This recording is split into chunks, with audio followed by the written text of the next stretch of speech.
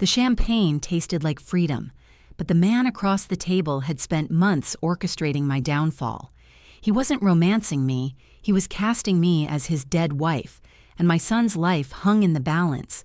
The champagne flute felt alien in my hand, cold and delicate against calloused fingers, more accustomed to the grit of a scouring sponge.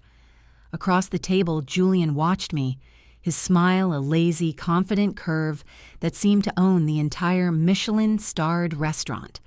The low light caught the silver at his temples, making him look distinguished, like a man from a cologne advertisement. 3 days ago, I was on my hands and knees scrubbing a wine stain out of his Persian rug. Tonight, I was wearing a sapphire blue dress he'd bought for me, the silk whispering against my skin with every nervous shift in my chair. It had all started with a moment of weakness. I'd been having a particularly brutal week. My car had broken down, my son's daycare bill was overdue, and the final rejection letter for a paralegal job, a job I was more than qualified for, had arrived that morning. While dusting Julian's vast, empty-feeling study, a single tear had escaped and traced a path through the grime on my cheek. He'd walked in at that exact moment, holding 2 mugs of coffee. He didn't say anything patronizing. He just handed me a mug, sat in the leather armchair opposite his desk, and waited. He asked me what my dreams were before my life became about surviving. The question was so direct, so unexpected, that the truth just tumbled out: law school, the debate team, a life where I wasn't invisible. He listened, his gaze so intense it felt like he was seeing right through the worn-out uniform to the person I used to be. The next day, he asked me to dinner. Not as his cleaning lady, he'd specified, but as a woman he wanted to get to know. I should have said no. 100 red flags were flapping in the wind. The power imbalance was a chasm between us. But I was so tired of being invisible. I was starving for one night of feeling like someone else. So I said yes, and the night had been magical. He was a perfect gentleman. He made me laugh. He complimented my mind, not just the dress he'd put me in.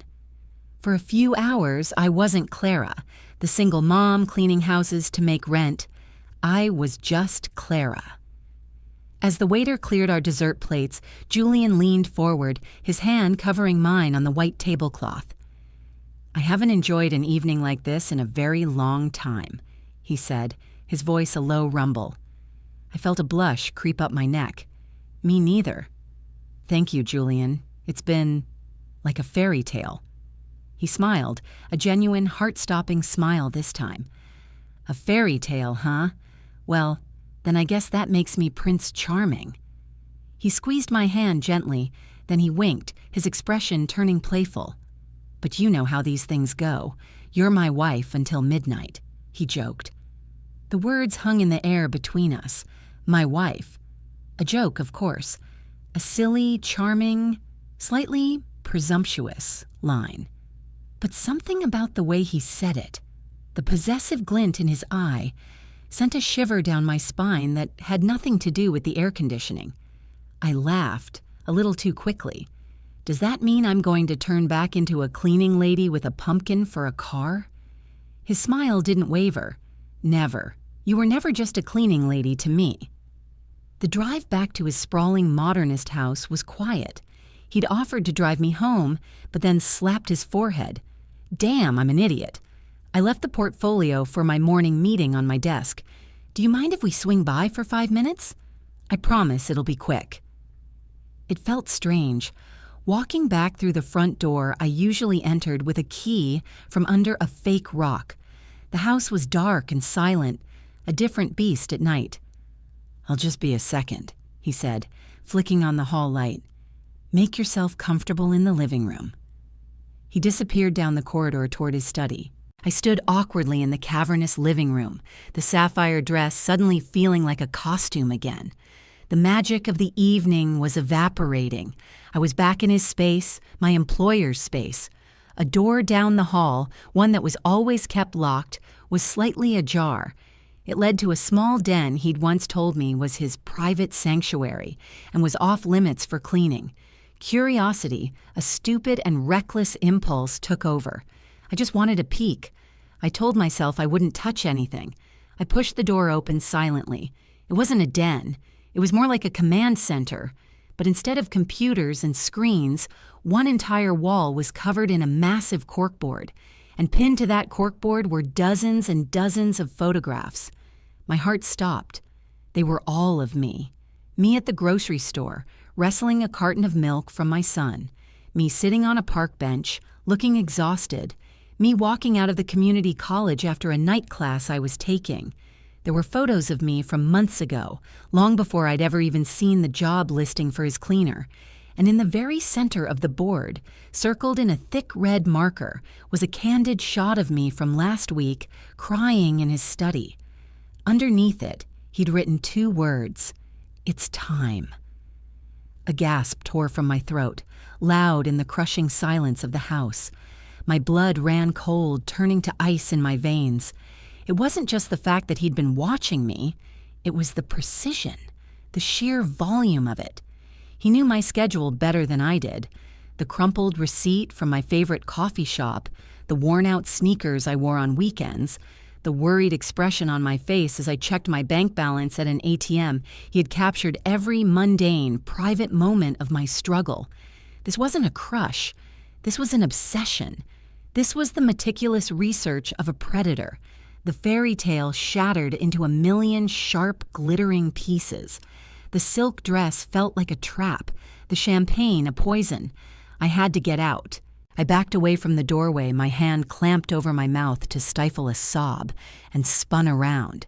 He was standing right there, not 5 feet away at the end of the hall. He wasn't holding a portfolio. His hands were empty, hanging loosely at his sides. The charming, easygoing smile from dinner was gone, replaced by an unnerving calm. His eyes, which had seemed so warm and crinkling with laughter over the candlelight, were now flat and watchful. He knew. He knew I'd seen it. "Julian," I whispered, my voice trembling. "What is that? What is all of that?" He didn't flinch. He simply tilted his head, studying me as if I were a puzzle he was finally solving. "I suppose the Prince Charming act is over," he said, his voice losing its earlier warmth, becoming clipped and businesslike. I had hoped to explain things more gently. "Explain what? That you're a stalker? That you have a creepy shrine to your cleaning lady in a locked room?" My fear was beginning to curdle into a hot, defensive anger. "I'm leaving! Now!" I tried to push past him, heading for the front door, for the cool night air, for freedom. He didn't grab me. He just moved with a fluid, effortless speed that belied his size, placing himself between me and the exit. "Your car won't start, Clara," he stated simply. "The alternator I had my mechanic install last week has a remote kill switch, a useful feature." My breath hitched. My car trouble last week. It wasn't bad luck. It was him. "What do you want from me?" "I told you at dinner. I want you to be my wife," he said, stepping closer. I instinctively stepped back, my shoulders hitting the wall. But the timeline was more literal than you understood. He glanced at the grandfather clock in the foyer. "It's 11:20. You have 40 minutes. "This is insane," I stammered, my eyes darting around for another way out, a window, anything. "You need help." "No," he said, his voice dropping to a low, intense whisper. "What I need is for you to listen very carefully. Everything that has happened to you over the past 6 months, the job rejections, your landlord suddenly threatening eviction over a single late payment, your regular babysitter canceling at the last minute, none of it was random chance. It was all me. I needed you desperate. I needed you here. I needed you to say yes to dinner tonight." Each word was a physical blow, knocking the air from my lungs. He hadn't just watched my life unravel. He had been the one holding the scissors, snipping the threads one by one until I had nothing left to hold on to but the job he offered me. He hadn't saved me from drowning. He had been the one holding my head underwater. Why? The question was barely audible. "Because you're a perfect match," he said, as if it were the most obvious thing in the world. He walked past me, back towards the open door of the forbidden room. "Not for me," he called over his shoulder. For her. He flicked on the light inside. He wasn't looking at the wall of my photos anymore. He was standing in front of an oil painting on the opposite wall. With a soft click, he swung it open, revealing a hidden wall safe. He spun the dial with practiced ease and pulled out a slim, dark blue passport. He walked back to me, his expression unreadable, and held it out. My hands shook as I took it. The cover was for the United Kingdom. I opened it to the photo page. A woman with my face stared back at me. It was undeniably me, my eyes, my nose, the small scar above my left eyebrow, but her hair was a sleek, black bob, not my messy brown ponytail. Her expression was hard, confident, and cold. I'd never seen that person in my life. And the name printed beneath the photograph wasn't mine. It was Elisa Petrova. That, Julian said, his voice a cold blade in the silence, is my wife. Or rather, she was. She died in a boating accident 6 months ago. An accident that some very dangerous people don't believe was an accident at all. He paused, letting the weight of his words sink in. At midnight, a car will arrive. You will get in. You will be taken to a private bank, and you, Elisa, are going to smile for the security cameras and empty a vault that only she could access. My mind reeled, a kaleidoscope of terror and disbelief. Elisa Petrova, my doppelganger, a dead woman whose life I was meant to step into for one night. Julian had orchestrated my entire downfall just to cast me in this horrifying role. He hadn't just studied me, he'd sculpted my circumstances, ensuring I'd be desperate enough to walk into his web. No, I said, my voice gaining a sliver of steel I didn't know I possessed. I shoved the passport back at him. Absolutely not. This is your mess. You can't force me to do this. Julian's calm expression finally fractured. A flicker of raw frustration crossed his face. You think you have a choice? He pulled his phone from his pocket, swiped twice, and held it out for me to see. It was a live video feed. My son, Leo, was sleeping soundly in his bed at my apartment. In the corner of the room, sitting in the rocking chair, was a hulking figure of a man, his face obscured by shadow. He was just sitting there, watching. The man in that chair is very patient, Julian said, his voice deadly quiet. But if you are not in the car that arrives at midnight, he has his instructions. Do you understand me, Clara? The threat was absolute. It choked the air from my lungs and replaced it with pure, cold dread. Leo. My beautiful, innocent boy. Julian had taken my life, and now he was holding my son's. The fight drained out of me, replaced by the grim resignation of a mother bear caught in a steel trap. I had no choice. I had to play the part. What's in the vault? I asked, my voice flat. Bearer bonds, untraceable, he replied.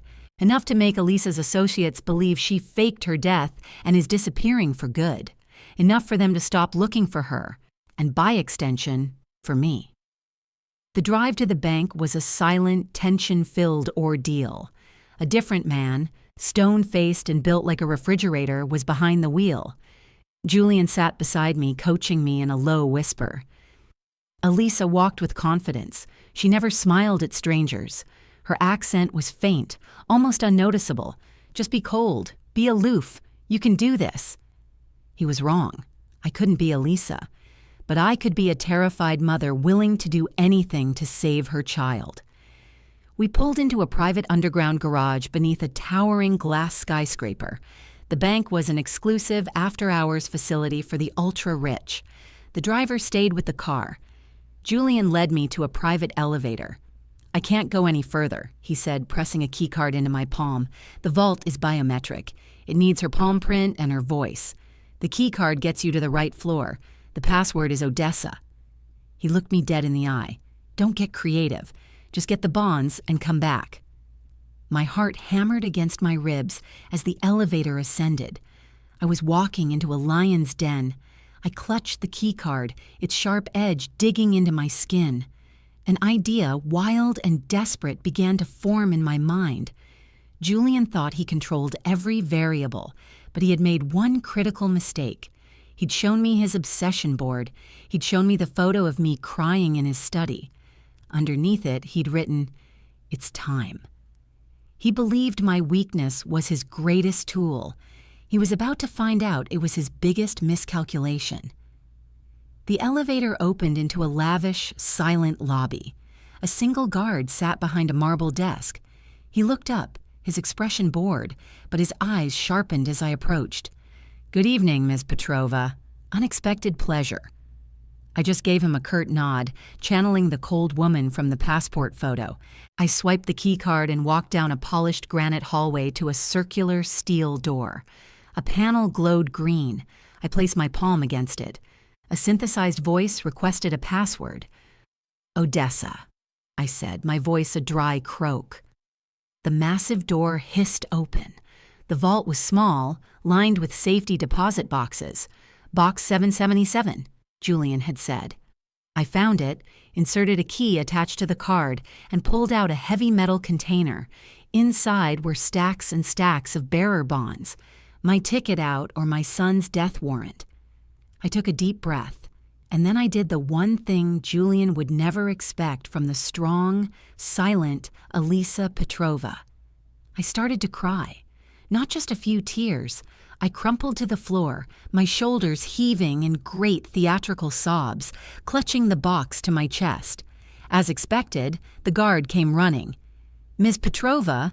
Ma'am, are you all right?" "He's going to kill me," I wailed, pointing a shaking finger back towards the lobby. "My husband, he found me. He's waiting for me downstairs. He forced me to come here." Panic flashed across the guard's face. The ultra-rich had dramatic lives, but this was a new level of liability. "Ma'am, stay calm. We have security. We can call the police." "No police," I shrieked, playing my part. "He'll kill my son. He has my little boy. You have to help me. There's a service exit, isn't there? A way out that doesn't go through the garage?" The guard hesitated for only a second. The sight of a wealthy client having a complete breakdown, coupled with the mention of a child, was more than enough. He helped me to my feet, his hand on my elbow. "This way, ma'am, quickly." He led me through a series of sterile back corridors to a heavy steel door that opened into a dark, grimy alleyway. Rain was beginning to fall. "The police station is 3 blocks that way," he said, pointing. "Thank you," I gasped, and then I ran. I ran like my life depended on it because it did. I didn't go to the police station. Julian was connected. He was powerful. It would be my word against his.